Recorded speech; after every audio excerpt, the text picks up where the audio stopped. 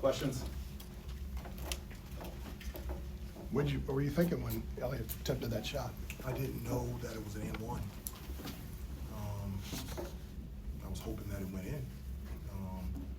But I was prepared to call a timeout to set up our defense. And they said, don't call timeout. I was like, I'm calling a timeout to set up our defense. And they said, he's going to the free throw line. I said, who's going to the free throw line? They said, Elliott. And so the and one situation, and so I told them after Elliott made his free throw, we would call timeout to set up our defense, and we were able to get a stop at the end. You guys have been in these situations, and you needed someone to step up and make a play. He stepped up and made that play. He also had a nice stretch where he was finding guys earlier in the half. He was. You know, I told him after the game, I can point to everybody that made impact plays out there to help us win, whether it's on the offensive end and defensively, and that's what ultimately what has to happen is you have to have guys step up, and Elliott stepped up late. Jay Witt hit a three. Drake was struggling from three, then he knocked down a three. I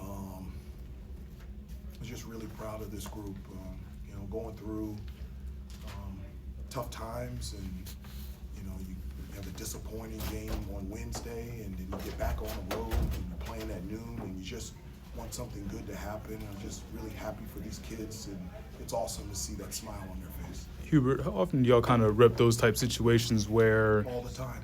I guess kind of after, that missed free throw and you kind of let him go without a timeout, just kind of how often, I guess in practice, y'all kind of repping those type of situations? We do. You know, at the end of each practice, we have late game situations. So it could be different. 3 minutes on the clock, up 6, down 8. 1 minute on the clock, free throw line, we're down 1. Just different situations to put them so that when it's a real game, we can talk about it. We did. We said, guys, we've been in this situation before. This is something that we've practiced and practiced, so we just have to do what we've talked about earlier. RJ being more of a distributor today, was that by design or just organically happened? No, I don't. I didn't say Elliott. I mean, RJ today. I want you to be a distributor. That's how great a player RJ is. Everywhere he goes, they're putting a bigger defender on him. They're bodying him, coming off screens. And if he's coming off ball screens, they're putting 2 on the ball. And he did a great job of getting the ball out of his hands and spraying it to people. And so now what are you going to do? Are you going to put 2 on the ball, and now RJ's finding players and we're able to score? That's why we're able to get those layups and dunks and wide open threes, is because of RJ draws so much attention. He puts 2 on the ball. As soon as he gets off of it, we're in like transition offense because we've got more offensive players out there. So, I mean, RJ was fantastic today. His distributing and the way that he was a playmaker today, I was really proud of him. Hubert, what was your sense of just watching the ball in the air after Elliott shot it? I'm sure you had a pretty good angle at watching it. Yeah. And maybe your sense of how much this team maybe needed that result to be able to come through down the stretch today. Yeah, I mean, I really wasn't thinking too much on the 3. I mean, I was hoping that it went in. Yeah, sure. The play that we ran, that's one of the options. And I told before, I didn't know he got fouled. Okay, yeah.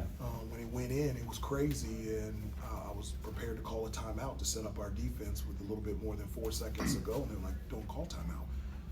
He's at the free throw line. I said, who's at the free throw line? He was like, Elliott is. And I was like, he got an and one? And I was like, okay, great. So after he makes it, let me call timeout. But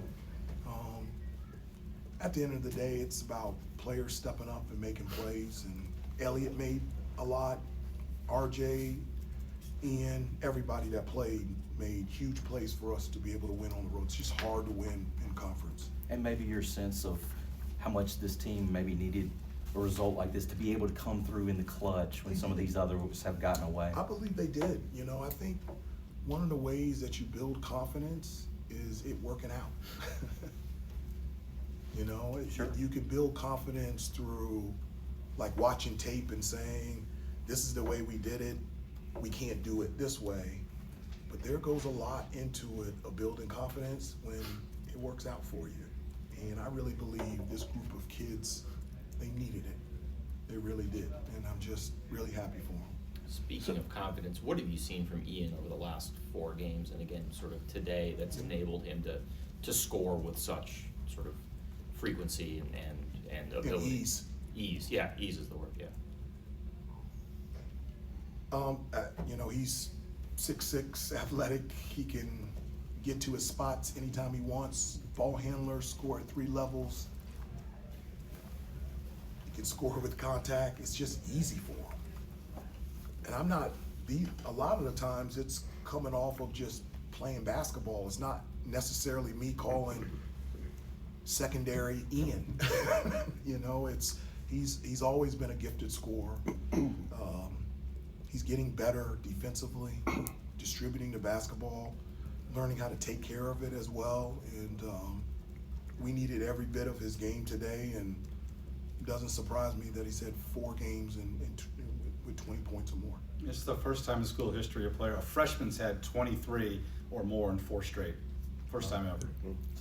With Ian's game, the way his game is wired, are you kind of at a point right now where he does what he does, and sometimes it may look like a 4 shot or something like that, but you're okay with it because it's part of his game, it's part of his wiring. Yeah, you gotta let him go a little bit. Like he likes to get into it, and so like that's who he is. And so I want every player to be themselves out there on the floor. And so, you know, there's a couple times where I think he settled for a step back 3, and I was like, don't settle for that. I said, don't bail him out. I said, you have the ability to get to the basket. And so those little things, but you know, Ian's the type of player you gotta let him go a little bit. And that's where he is at his best, when he's playing fast and free. And that's what I want him to do out there. Hubert, one or two more. what do you think the difference was in that first half? You guys went up as many as 12, I want to say. Just what was the difference just in starting faster? No, it was the difference was defensively. I think for the whole game we were able to guard their actions. The problem that we had in the second half was we couldn't guard them straight one-on-one. In the first half we were doing that. In the second half, Burton, Davis, they were taking us one-on-one. If they weren't scoring, they were getting fouled, getting to the free throw line. So just our initial being able to guard one-on-one actions in the second half just broke down. I mean, at one point they were shooting almost 60% from the field. We just weren't getting stops. I think it all started right after Ian missed those 2 free throws. We were up like 7 or 8. He missed both free throws, and then they started going. And we just can't do that. You know, we just got to get better at getting individual one-on-one stops. One more. Along those lines, though, Hubert, because you were able to build the first half lead and settle into the game, did you think that maybe created a greater sense of comfort or something that you had, you know, when you've had these uphill climbs? Yeah. Like, I do think so. just the fact you're able to settle in and play. You know what I'm saying? No, I agree with you. Kirsch, I don't know the last time we went into halftime and we were up. So it was unfamiliar. We're usually down, whether it's a couple or a lot. And so it's one of the few games that I can remember that was like a game. You know, it wasn't a comeback. It was, you were there. You were in control. And I think that was a huge part of us pulling it through is us not having to come back.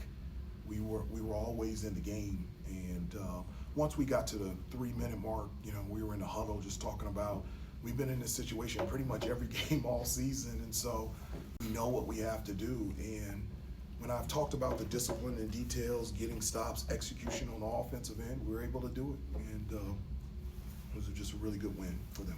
Thanks, everybody. We'll get the players in the hall.